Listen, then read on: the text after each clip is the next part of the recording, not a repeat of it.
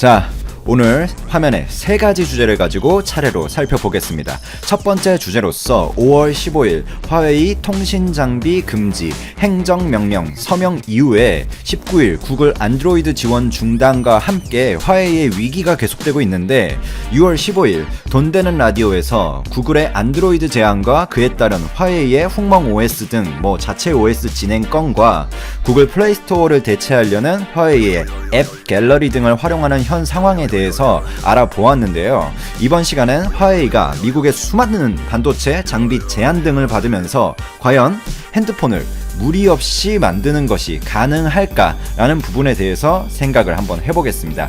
결국 장비 그리고 부품 조달 및 설계 라이센스 IP에 대한 이야기를 해야 되는데 우선 디스플레이 측면부터 보면 우리나라 디스플레이 업계의 우수성 덕분에 한국에서 하이엔드 제품의 디스플레이를 공급받고 BOE 등의 중국 업체에서 저가 라인 디스플레이를 공급받죠. 이 부분에서 미국과의 연관은 크게 없어요. 하지만 최근 미국이 한국에도 강력한 중국 제재 동참 압박을 하고 있기 때문에 근미래 안에 동참한다고 가정을 한번 해보죠. 한국의 디스플레이 없이 중국의 디스플레이만으로 일단 진행은 가능합니다. 생산은 가능해요. 대신 품질 이슈가 따라붙는 면은 저희가 생각을 해야겠죠. 자, 그럼 스마트폰의 두뇌라고 할 수 있는 AP 부분을 보면 화웨이에는 다들 아시다시피 하이실리콘이라는 설계 회사가 있습니다. 이 하이실리콘은 기린 980 등의 화웨이 자체 AP를 설계할 수 있는 능력을 갖추고 있다고 알고 있는데요. 그럼 단순하게 생각을 하면 마치 화웨이가 AP에서는 미국의 제재 하에서도 별 문제 없이 설계도 하고 생산도 할 수 있는 거 아니야? 이렇게 생각할 수가 있는데 이는 굉장히 좀 과도한 해석입니다. 조금 잘못되어 있는 해석이에요. 화웨이는 반도체 설계의 기초 작업을 영국의 ARM, 영국의 ARM에서 이 IP를 사용해가지고 진행하기 때문에 지금 상황에서는 반도체의 최초 단계부터의 설계를 화웨이 자체적으로 새로 개발해야 되는 그런 상황인데 당연히 그 과정 속에서 베끼기가 있을 수밖에 없고 특허 소송으로 진행될 확률이 매우 높다 이렇게 볼 수 있습니다. 이때 중국 특유의 어떤 그런 기술 베끼기와 인력 빼가기 이런 걸 통해서 이를 극복할 수도 있지만 미국의 현재와 같은 강력한 제재 하에서는 사실상 불가능하다. 그리고 만약 화웨이가 정말 자체적으로 반도체 설계 기술을 확보한다 하더라도 공식 인증 과정을 거치는데 꽤 오랜 시간이 소요가 됩니다. 안정성 등을 다 거쳐야지 공식적으로 가능하기 때문이죠. 그리고 그 설계 과정에서의 많은 EDA, 즉 자동화 설계 툴이 활용되는데 이 툴들은 대부분 이 소프트웨어가 미국에서 공급돼요. 미국 기업들이. 따라서 현 상황에서는 칩 설계 자체가 불가능한 상황이에요. 그리고 좀 긍정적으로 봐도 수개월에서 수십 개월까지 딜레이 될 것으로 보입니다. 즉 하이실리콘은 미국의 설계 툴 없이는 그리고 영국의 ARM의 설계 IP, 미국의 설계 툴 이런 것들 없이 설계가 불가능한 회사예요. 그리고 만약 모든 상황을 화웨이가 자체적으로 극복한다라고 좀 오버해서 해석을 한다고 하더라도 안드로이드라는 절대적인 운영 체제에서 배척당한 이상 그 미래가 불투명한 것은 달라지지 않습니다. 이는 실제로 폭스콘 공장 일부가 생산을 멈춤으로써 화웨이 스마트폰 매출이 예상 자체를 스스로도 낮추고 있다는 것이 드러나고 있는 것입니다. 즉 중국은 겉으로는 굉장히 큰 소리 치고 있어요. ARM의 어떤 공급 그 IP 중단도 우리는 자체적으로 극복할 수 있다. 구글의 안드로이드도 우리 자체 OS 있다. 이러면서 큰 소리 치고 있지만 스스로도 미래에 대해 불투명함을 수치로서 인정하고 있는 상황입니다. 주관적인 이런 메시지도 물론 중요하지만 자신감도 중요해요. 하지만 이런 세계 경제 이런 상황에서는 수치로 증명을 해야 되잖아요. 근데 화웨이는 수치로서 자신들의 지금 매출 전망치를 낮추고 있어요.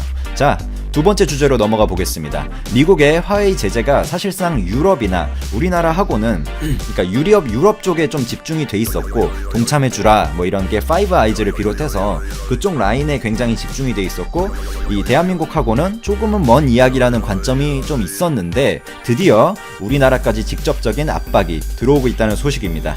구체적으로 한번 보면 제가 이틀 전에 해리 해리스 대사가 우회적으로 우리나라한테 압박을 하고 있다, 요 정도 언급한 적이 있었는데, 미 국무부가 이제는 직접 나서서 한국이 5G 네트워크에 대한 화웨이 통신 장비를 계속해서 사용할 경우 미국은 민감한 정보를 한국에 제공하지 않을 것이라고 분명한 성명을 내면서도 한국에도 화웨이 제재가 손을 뻗쳤다는 게 공식적으로 입증됐습니다.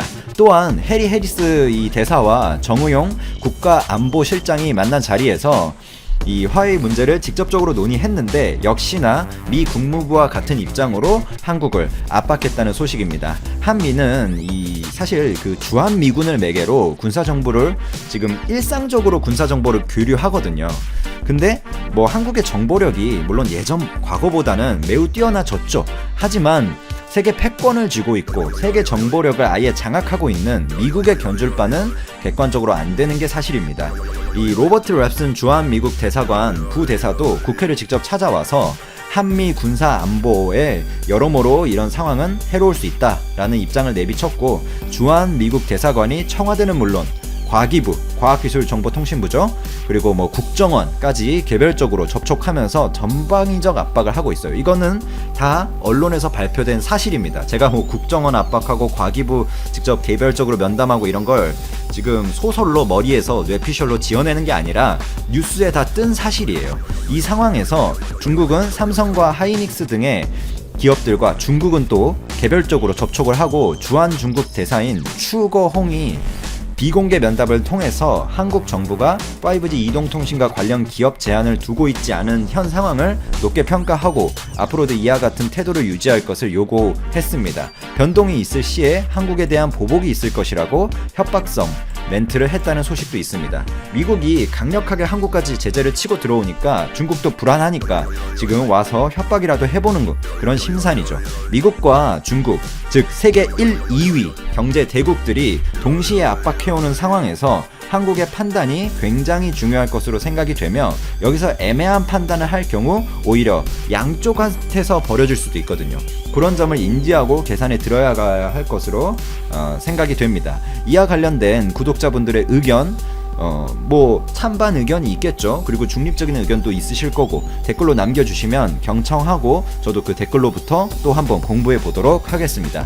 자, 마지막 주제죠. 삼성의 1Z D램과 관련해서 EUV가 최초로 적용됐다는 소식입니다. 11월에 EUV 버전으로의 양산이 시작된다고 발표를 했는데, 삼성전자가 사실 EUV를 적용하는 것은 처음은 아니에요. EUV를 쓰는 것은.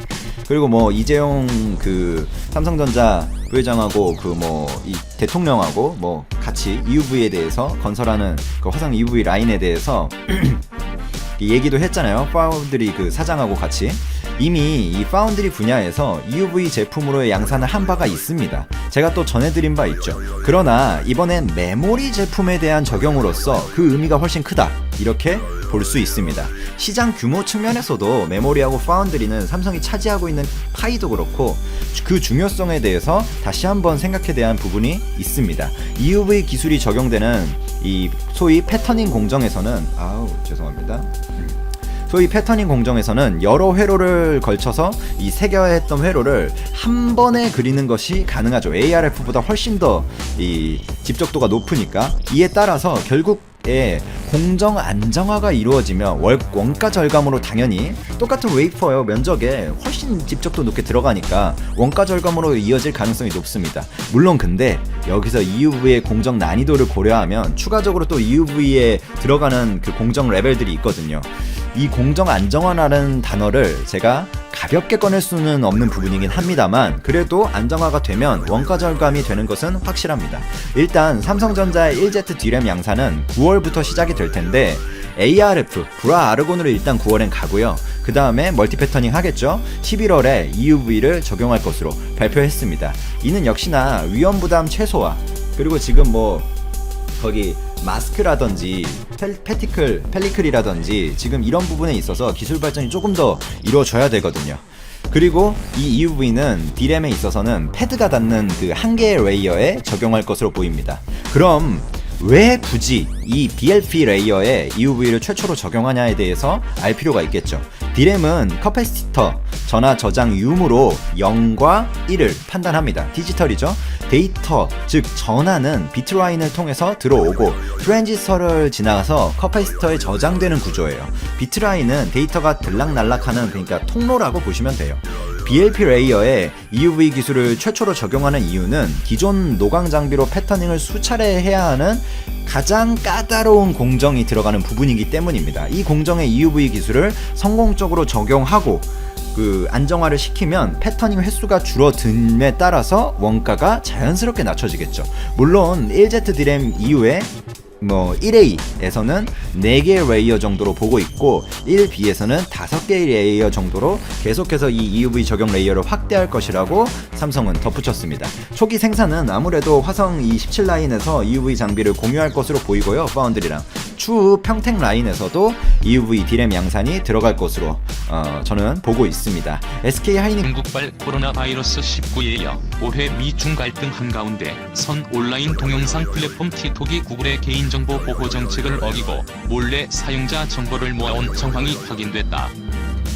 중국 기업 바이트댄스를 모회사로 둔 틱톡은 사용자 정보 빼돌린다는 미국의 의혹을 정면 부정하면서 오히려 미국 정부를 상대로 소송을 제기하겠다고 여론전에 나섰지만 이후 개인정보 빼돌리기 정황이 드러나면서 다시 한번 위기에 내몰리는 모양새다. 앞서 도널드 트럼프 미국 대통령은 틱톡이 사용자 정보를 중국 정부에 넘길 위험이 크다는 우려를 부각하면서 오는 9월 15일까지 기업을 매각하지 않으면 틱톡의 미국 내 사용을 전면 금지하겠다고 선언한 바 있다.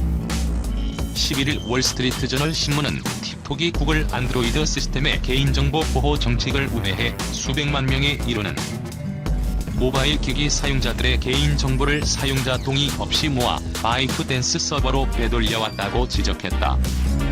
이는 WSJ 신문이 모바일 휴대폰 보안 전문가들을 통해 지난 2018년 4월부터 2020년 1월까지 구글 플레이 스토어 상에 있던 틱톡 9개 버전을 분석한 결과다.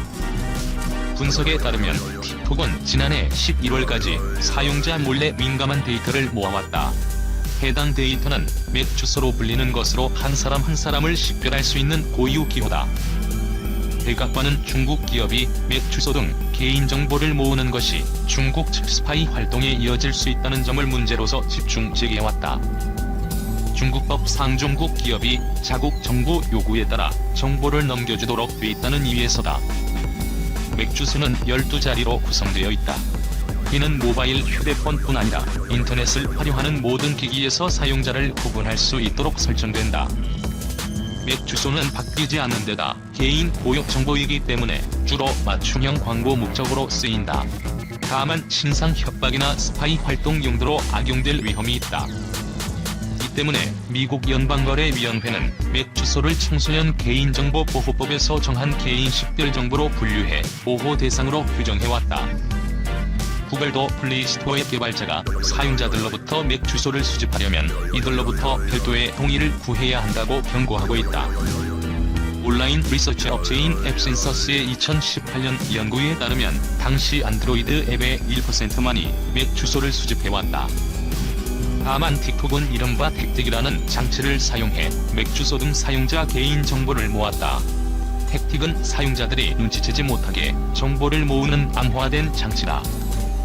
WSJ는 택틱을 이용해 정보를 모으는 것은 사용자 동의를 받지 않은 행위이기 때문에 구글 정책을 위반하는 것이라고 전문가를 인용해 전했다.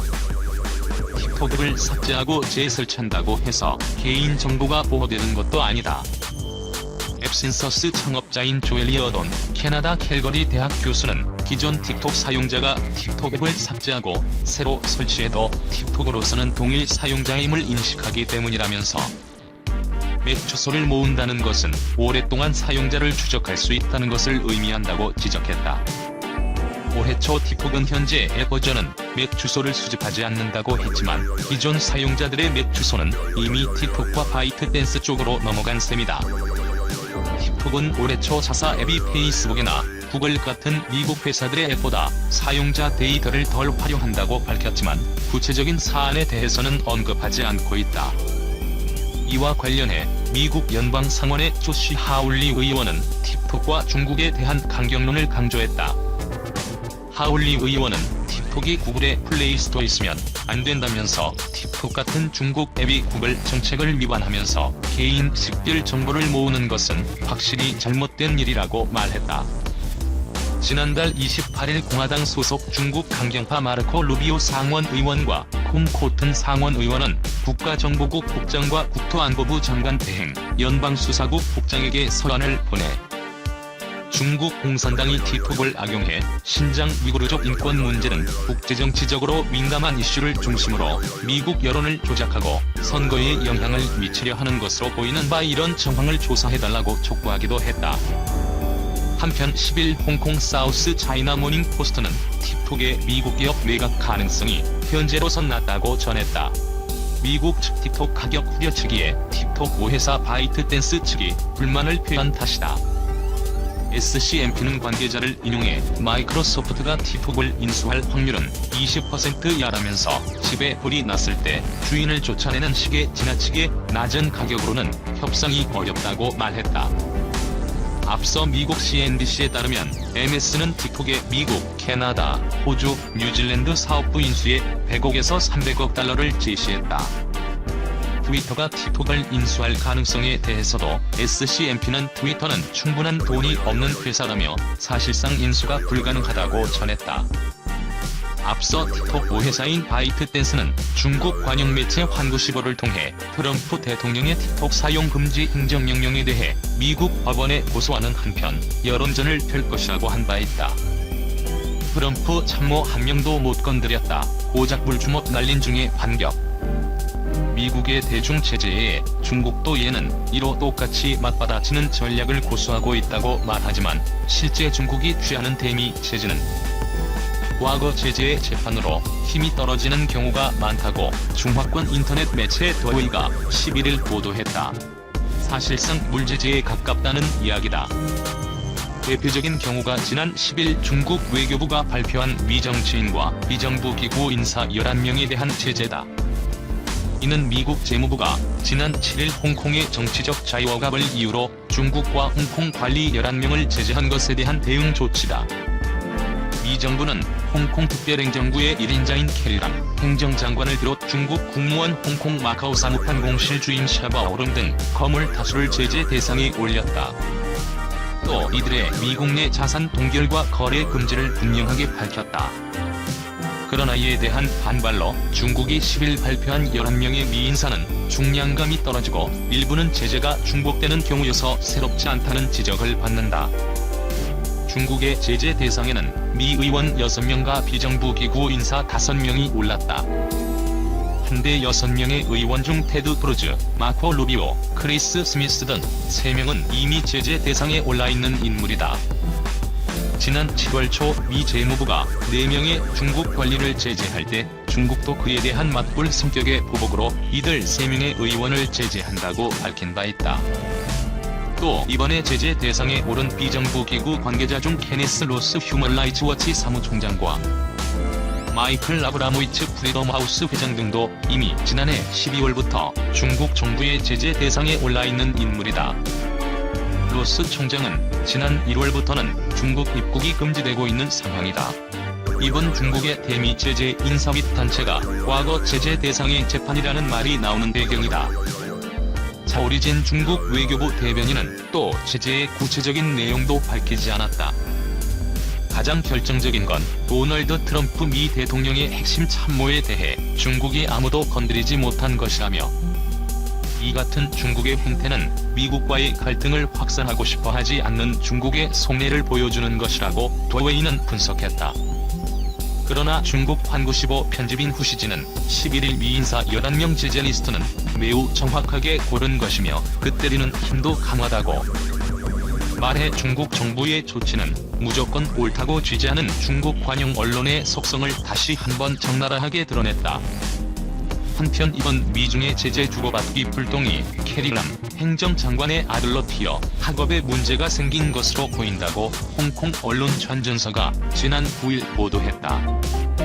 람 장관의 둘째 아들 리네시가 현재 미 하버드 대학에서 박사 학위를 받고 있다. 한데 지난 7월 말 친구에게 집에 긴급한 일이 생겨 홍콩으로 돌아간다는 말을 남기고 연락이 두절됐다는 것이다. 학업을 계속하려면 현재 사는 미국 내 집에 대해 재계약을 해야 하는데 지난 7일 현재 아직 재계약을 하지 않은 상태라고 한다. 캐리남 장관은 미국의 제재에 대해 지난 8일 내 미국 비자는 2026년까지 유효하지만 미국에 갈 의사가 없어 자발적으로 말소할 수 있다며 큰 소리를 쳤으나 바로 아들에게 여파가 미치고